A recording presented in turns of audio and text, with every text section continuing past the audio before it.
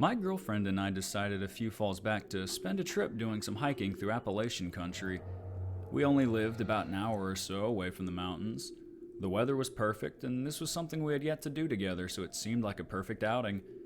We both had a sense of adventure and loved the outdoors, so between the two of us, we already had some gear, sleeping bags, trail food, and so on. Nothing crazy that would rival any professional outdoorsman, but what we had was plenty good enough for our needs. Prior to setting out, we had made sure to map the area of the mountains we were aiming to hike and camp at. We wanted to try a more rugged, free-roam approach to exploring the area, but given we weren't exactly experts, we made sure the area we were heading to was somewhat nearby to a ranger station and a more streamlined campsite, so that should we need to radio for help, it wouldn't take too long or be too hard for them to find us. We made our plans, hit the road in my Jeep, and before we knew it, we were making our drive through the mountainside to the spot we had marked as our starting point. The dirt road we were on eventually came to a stop at what we learned used to be an old campsite, but has since been decommissioned. But next to the round campsite was a wood fence with a trail behind it that led deeper into the forest. We parked our Jeep and proceeded to make sure we had all of our gear set and packs filled, and eventually started making our way to our destination. It took a decent amount of time to get to our spot, but we were loving the sights and the time together, so we weren't exactly in much of a rush. Eventually, we made it to the camping spot we had picked out. It was a nice little clearing that sat with a flowing river that you could see snaking its way up and down the mountain, with the forest we just emerged from behind us, and the forest continuing to go up the mountain on the other side of the river. It was honestly one of the nicest sights we had ever seen. We unpacked, got our campsite set up to our liking, and spent the rest of our day taking in as much of the area as we could. We started with a nice swim in the river to cool off from the previous hike, and after having a quick bite to eat, we left the campsite and proceeded to hike through the woods leading upstream. My girlfriend wanted to go deeper into the woods, and I obliged, even though I made sure to remember which direction led back to the river since it was our best marker to get back to camp. I started seeing that the woods were becoming a bit too thick to pass through reasonably, and with the sun starting to set, we aimed to hike only a few more minutes and then head back to camp. I began noticing what looked like spent shell casings here and there along the ground as we walked, as well as some carved out trees that looked like markers of some sort. I didn't really expect to come across any other signs of people while we were out here, but I guess the occasional hunter or other hikers weren't necessarily uncommon for the area. I went to kick over some debris that blocked our way, and all of a sudden I felt a sharp pain kick up my leg that tripped me over and made me roll my ankle. I let out a quick, sharp scream and pulled my leg back to see that there was a line of razor wire that was right at shin height that had been hidden by the brush. It was a deep enough cut to be bleeding, and my ankle was in no more shape to hike. We don't know who put it there or why, but we knew we needed to get back.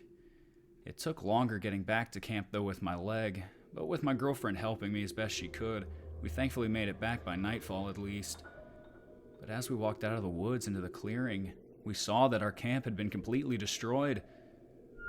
A whistle then drew our attention to the other side of the river where the moonlight barely showed 3 figures standing at the edge of the forest staring us down. It was a split-second reaction.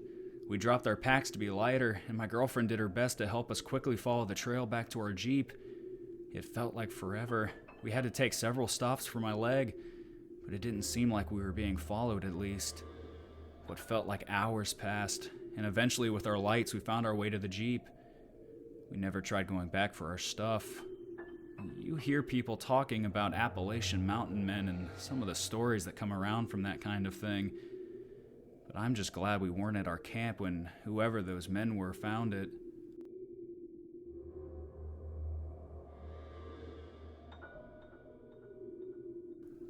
I frequently hike through the canyons and plateaus of Arizona.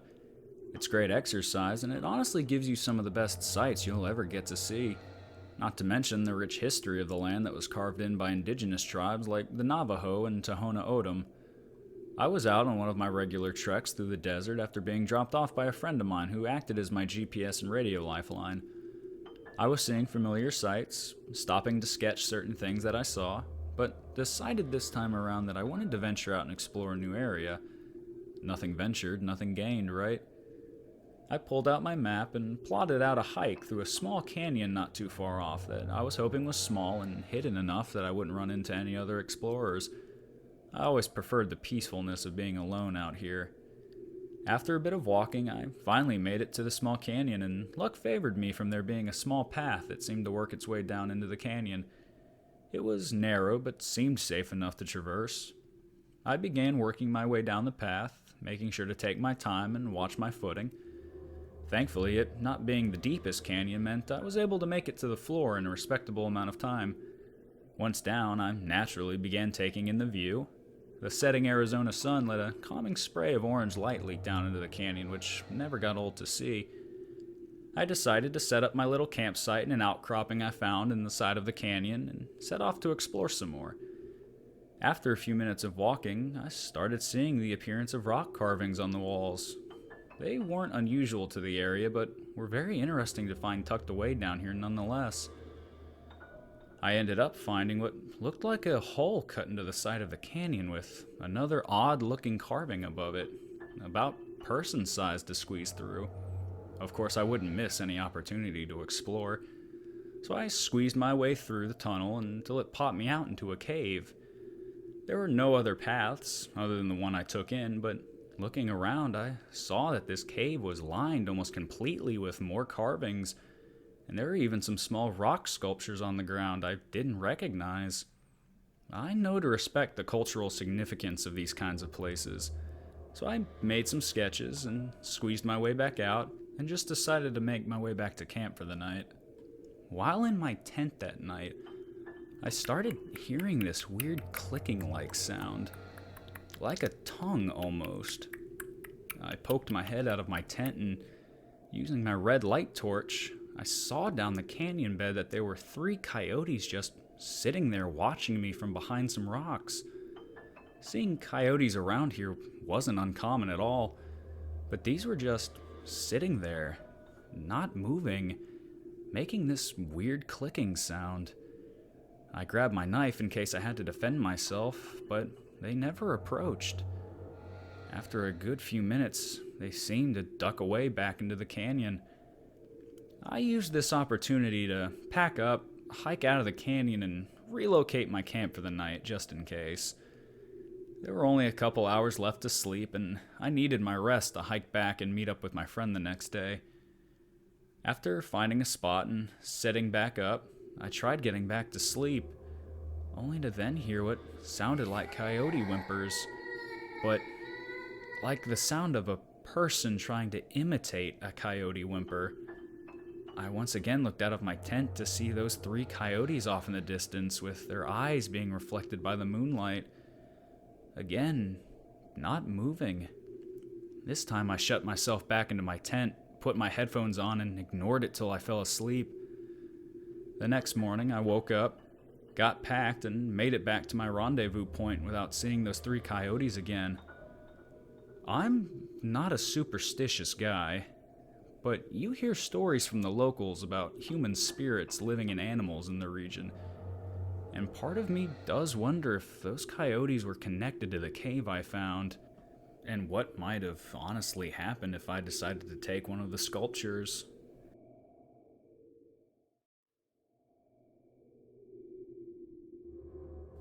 I live in a nice wooded town in South Texas, so naturally there are trails and local nature parks all over the place by me.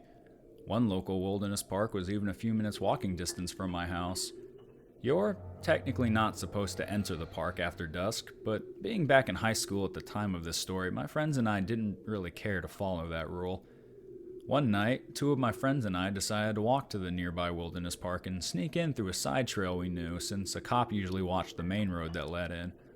We snuck in with ease, as we did many times before. The 3 of us walked the trails, purposefully trying to scare each other with stories and jump scares. Typical stuff for people to do when they're hanging out in the woods at night.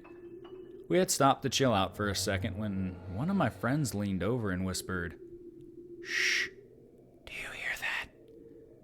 We all stopped, crouched down next to each other, and flipped off our small flashlights. The sound of footsteps became more apparent as we stopped to listen. It sounded like more than one person, but we couldn't tell exactly how many. We thought at first that maybe it was a patrol looking for trespassers, which gave us more reason to stay low and quiet. But all of a sudden there was this thud on the ground, like something heavy being dropped, with a squelching noise almost, followed by this pungent smell that made us all recoil reflexively. We then heard one of the voices, who we could now tell was male, say in a hushed, almost angry voice, "Idiot, keep a hold of your side, will you?" Our minds started to race at what may have just been dropped and what these people were doing. None of us moved a muscle. We all held our mouths tight, trying hard not to make any sound that could alert them that we were here. They weren't far enough away for us to feel comfortable trying to move back and distance ourselves. One of my friends was starting to shake at this point, and after the longest few minutes of our lives, we agreed that it sounded like they had moved off far enough away that we could backtrack out of the park. We moved as quick as we could without making too much sound, and eventually came out the side entrance we used to sneak in. We talked for a good long while about telling the cop who was on watch about what we just heard, but we were too afraid of dealing with the trespassing penalties, and with how dark it was, we didn't actually see anything, so we wouldn't be able to give a concrete statement on what anyone looked like, exactly where it happened in the park. It would just be what we heard and smelled. We decided to leave it alone. We went our separate ways back to our homes, and we never went back into that wilderness park again at night after that. Now that I'm older, part of me regrets that we didn't tell that cop what happened. Even though we couldn't have been positive what was happening, we all could guess well enough what it was.